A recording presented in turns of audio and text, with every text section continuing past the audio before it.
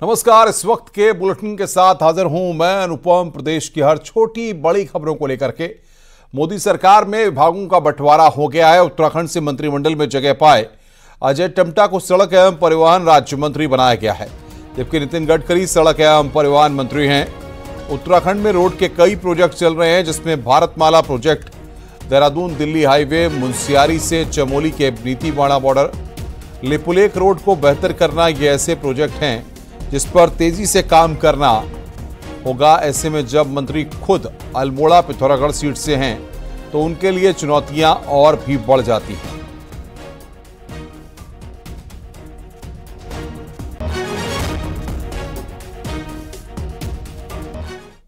मुख्यमंत्री पुष्कर सिंह धामी ने नई दिल्ली में केंद्रीय राज्य मंत्री अजय टम्टा से मुलाकात की और उन्हें नए दायित्व के लिए प्रदेशवासियों की ओर से बधाई और शुभकामनाएं दी हैं। सीएम धामी ने कहा कि अजय टम्टा हमेशा से विकास के कामों में आगे रहे हैं और उन्हें पूरी उम्मीद है कि उनका प्रशासनिक अनुभव और जन सेवा के प्रति समर्पण राज्य के विकास में सहायक सिद्ध होगा।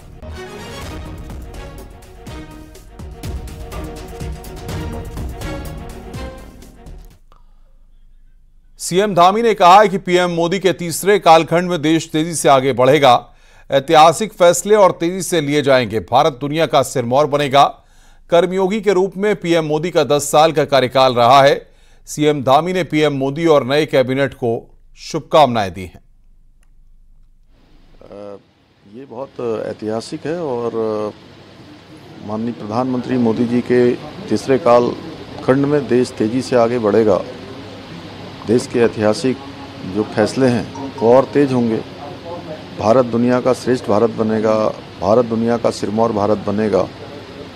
और एक कर्मयोगी के रूप में जो 10 वर्षों का कालखंड आदरणीय प्रधानमंत्री मोदी जी का रहा है, उसको पूरे देश ने देखा है। देश उसी गति से आगे बढ़ेगा। माननीय प्रधानमंत्री जी को बहुत बहुत बधाई, उनको शुभकामनाएं, उनकी पूरी कैबिनेट को और उनके मंत्रियों को सबको बधाई देता हूँ। रिजर्व सीट अल्मोड़ा से सांसद चुनकर आए अजय टम्टा अब केंद्र सरकार में राज्य मंत्री बन चुके हैं।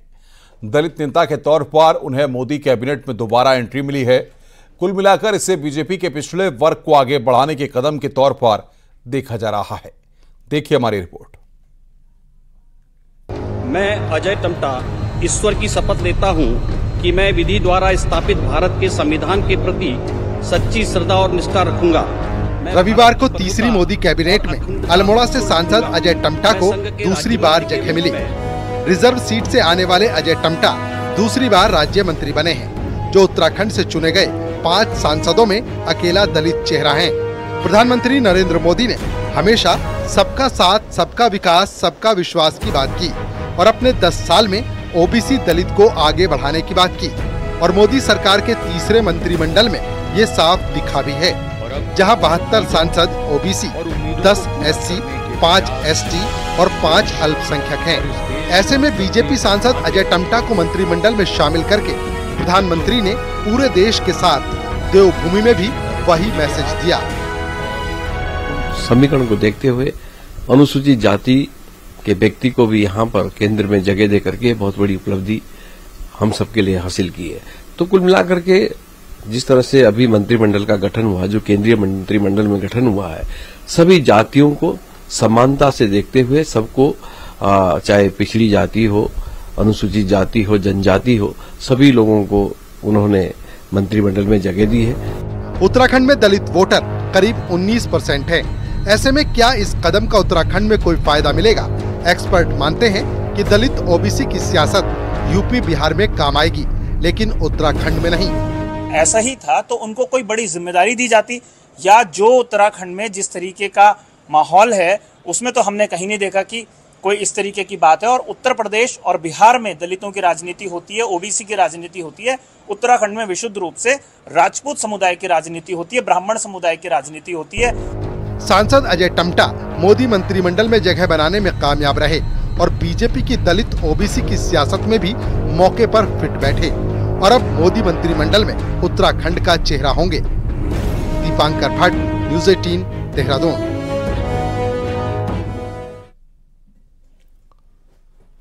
लोकसभा चुनाव के बाद उत्तराखंड में अब विधानसभा उपचुनाव की बारी है। लोकसभा चुनाव में तो बीजेपी जीत दर्ज कर चुकी, लेकिन उपचुनाव की डगर उसके लिए इतनी भी आसान नहीं है। देखिए हमारी रिपोर्ट।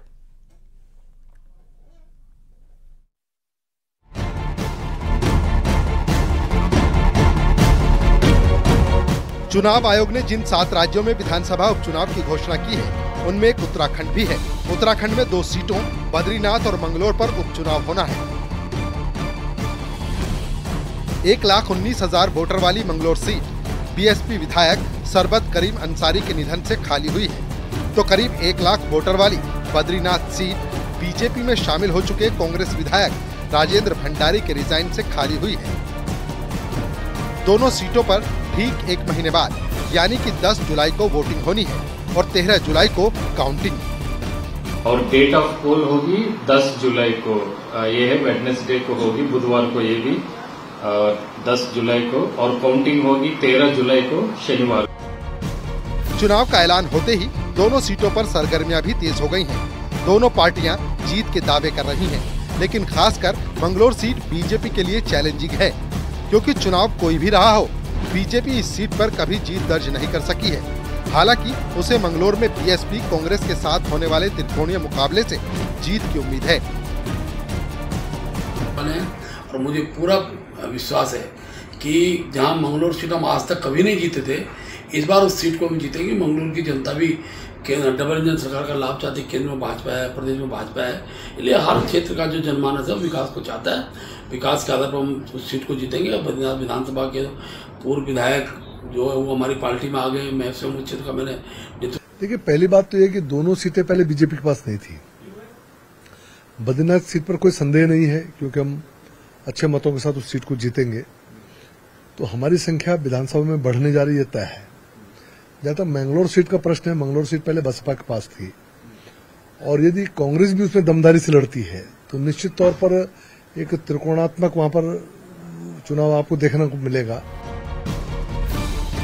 मंगलोर सीट का सियासी गणित: जाट वोटर्स करीब 12,000, गुज्जर वोटर करीब 12,000, मुस्लिम वोटर करीब 55,000, एससी वोटर 19,000, करीब 12,000 अन्य जातियों के वोटर्स हैं। मंगलोर विधानसभा सीट पर कभी कांग्रेस तो कभी बीएसपी जीतती रही है। लोकसभा चुनाव में भी कांग्रेस ने इस सीट पर बीजेपी से 23,000 वोटों से लीड ली। कांग्रेस का कहना है कि पार्टी दोनों सीटों पर चुनाव जीतेगी। बद्रीनाथ में पार्टी विधायक ने पार्टी के साथ धोखा किया है। कार्यकर्ता बीजेपी को उसी की भाषा में जवाब देने को तैयार बैठा है।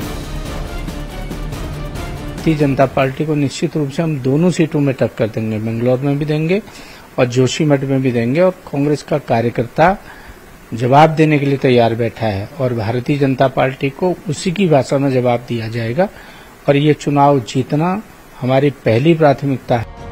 कांग्रेस के पास खोने को कुछ नहीं बचा है, लेकिन उपचुनाव में इन दोनों सीटों पर बीजेपी नेताओं की साख दांव पर लगी रहेगी। बद्रीनाथ सीट बीजेपी के लिए नाक का सवाल बनेगी, क्योंकि बद्रीनाथ की ये सीट बीजेपी प्रदेश अध्यक्ष और राज्यसभा सांसद महेश भट्ट की परंपरागत सीट रही है। पार्टी के भीतर विरोध के बावजूद इस सीट पर बीजेपी कांग्रेस विधायक को तोड़कर लाई थी। न्यूज़ 18 के लिए देहरादून से सुनील नवप्रभात की रिपोर्ट। भारतीय जनता पार्टी के राष्ट्रीय अध्यक्ष जेपी नड्डा के केंद्रीय कैबिनेट में शामिल होने के बाद बीजेपी संगठन में राष्ट्रीय स्तर पर बदलाव होना तय है। ऐसे में टिकट मिलने से लेकर कैबिनेट में स्थान मिलने तक वंचित रह गए उत्तराखंड बीजेपी के नेताओं सांसदों की नजर अब इस बदलाव पर टिक गई है। बीजेपी के राष्ट्रीय अध्यक्ष जेपी नड्डा का कार्यकाल 30 जून को समाप्त हो रहा है। इस बीच नड्डा को केंद्रीय कैबिनेट में शामिल कर लिया गया है। सितंबर-अक्टूबर में बीजेपी के सांगठनिक चुनाव भी प्रस्तावित है। तय है कि केंद्र से लेकर राज्यों तक अब पूरे संगठन में बदलाव होगा, और इसी बदलाव में उत्तराखंड बीजेपी के सीनियर लीडर को पार्टी के राष्ट्रीय संगठन में शामिल कर सकती है। इनमें कैबिनेट में जगह मिलने से चूक गए पूर्व सीएम त्रिवेंद्र रावत, सांसद अनिल बलूनी, सांसद अजय भट्ट, टिकट मिलने से वंचित रहे पूर्व सीएम रमेश पोखरियाल निशंक, पूर्व सीएम तीरथ सिंह रावत का नाम शुमार हो सकता है। हालांकि अनिल बलूनी पहले से ही राष्ट्रीय संगठन में मीडिया प्रमुख की महत्वपूर्ण जिम्मेदारी संभाले हुए हैं।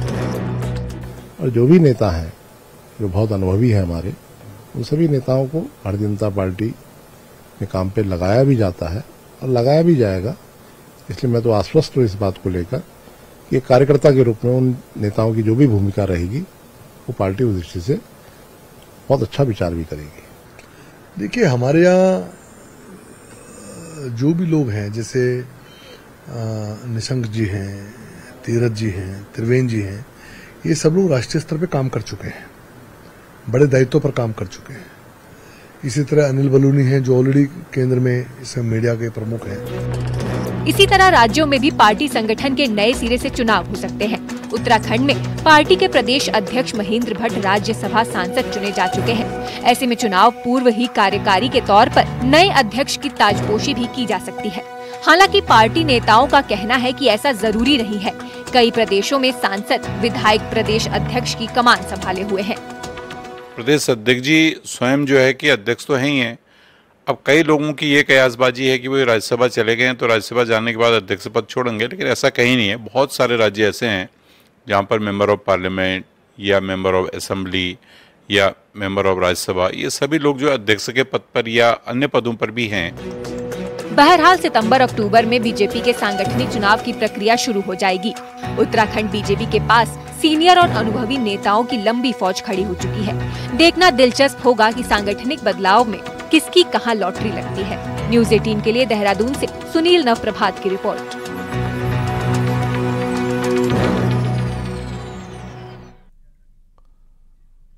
पिथौरागढ़ में चाइना बॉर्डर को जोड़ने वाली लिपुलेख रोड का हाल बेहद खराब हो चुका है। ये वीडियो लमारी के पास का है जो अभी हम आपको दिखाएंगे, जहां गाड़ियों को धक्का देकर निकाला जा रहा है। इसी रोड से होकर आदि कैलाश यात्रा भी गुजरती है।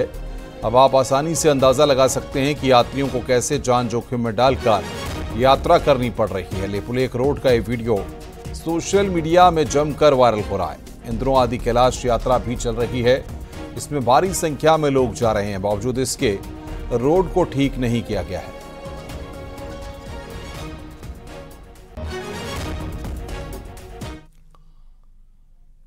उत्तराखंड के बिजली उपभोक्ताओं को अब बिजली के बिलों से जल्द छुटकारा मिलने जा रहा है।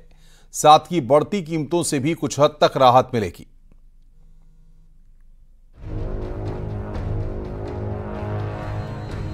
Fix charge, green charge, fuel charge, additional charge और सरचार्ज जैसे तमाम चार्ज बिजली के बिलों में आज भी देखने को मिलते हैं। लेकिन इन सभी चार्जों पर कुछ हद तक प्रदेश के बिजली कंज्यूमर्स को राहत मिलने वाली है, क्योंकि उत्तराखंड पावर कॉर्पोरेशन लिमिटेड अब 1 जुलाई से प्रदेश में प्रीपेड स्मार्ट मीटर लगाने जा रही है।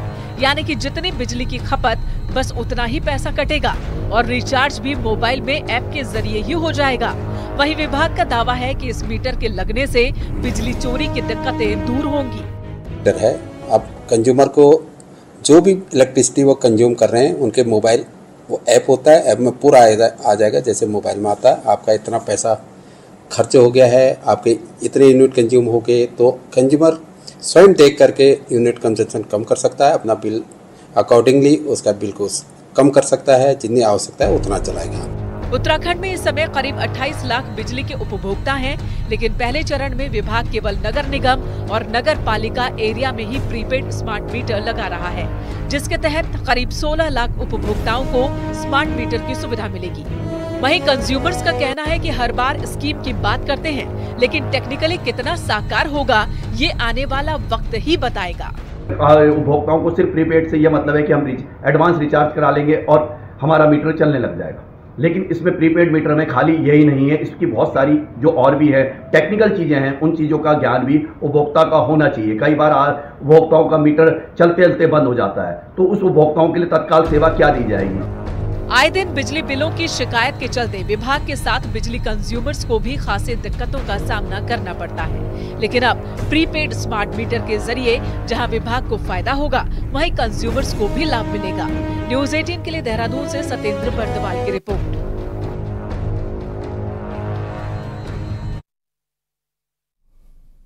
पीएम नरेंद्र मोदी के तीसरी बार प्रधानमंत्री बनने पर देश भर के उनके समर्थक खुशियां मना रहे हैं। दिल्ली में रहने वाले नरेंद्र मोदी के कट्टर समर्थक अमर बालक शास्त्री ने हरिद्वार के अर्की पेड़ी पर गंगा पूजन किया और वहां मौजूद यात्रियों को लड्डू बांटकर अपनी खुशी जाहिर की। अमर बालक शास्त्री का कहना है कि वो मां बगलामुखी के सच्चे साधक हैं। नरेंद्र मोदी के प्रधानमंत्री बनने की कामना लेकर उन्होंने 3 दिन तक हरिद्वार में रहकर मां बगलामुखी की साधना की थी और मनोकामना पूर्ण होने पर उन्होंने मिठाइयां बांटी हैं।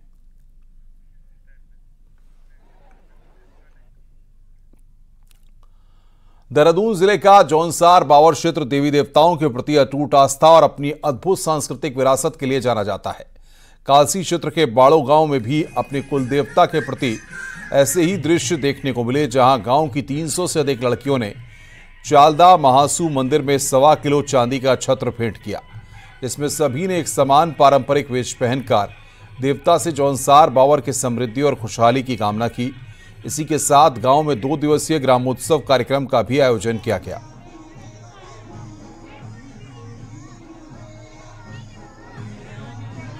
वार्षिक सम्मेलनों के आयोजन आजकल किए जा रहे हैं।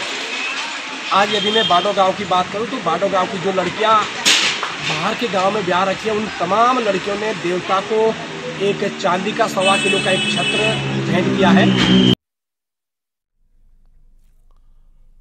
राज्यपाल गुरमीत सिंह सोमवार को नैनीताल में एनसीसी कैडेट्स के बीच पहुंचे, जहां नैना देवी मंदिर के पास एनसीसी कार्यालय में उन्हें गार्ड ऑफ ऑनर दिया गया। इस दौरान राज्यपाल गुरमीत सिंह ने नैनी झील में वाटर बॉर्न एक्टिविटी को हरी झंडी दिखाई। एनसीसी कैडेट्स के जोश से राज्यपाल भी खासे खुश नजर आए। कार्यक्रम के दौरान राज्यपाल ने कुमाऊं के 6 कैडेट्स को पुरस्कार दिया है। नहीं हो पाएगा भाई।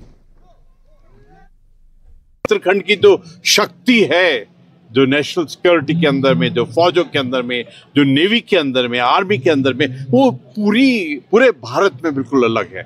मैं एनसीसी के हर एक कैडेट को आज बहुत बहुत शाबाश देना चाहता हूं।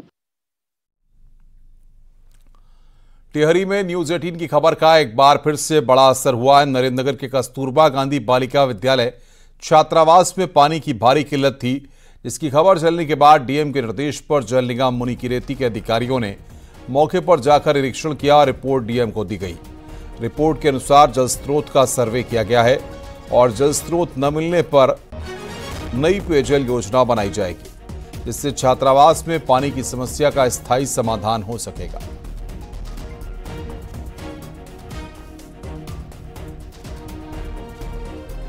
कस्तूरबा गांधी आज वहाँ पे 150 छात्र हो गए हैं, तो हमें उसके लिए एक नवीन पेयजल योजना की आवश्यकता है। उस पर जल निगम मुनिकीरेती कार्य कर रहा है। अभी स्रोत का जो सर्वेक्षण कार्य हो रहा है उसका कार्य चल रहा है। रुक रहे हैं यहां पर एक ब्रेक के लिए। खबरों का सिलसिला लगातार जारी है।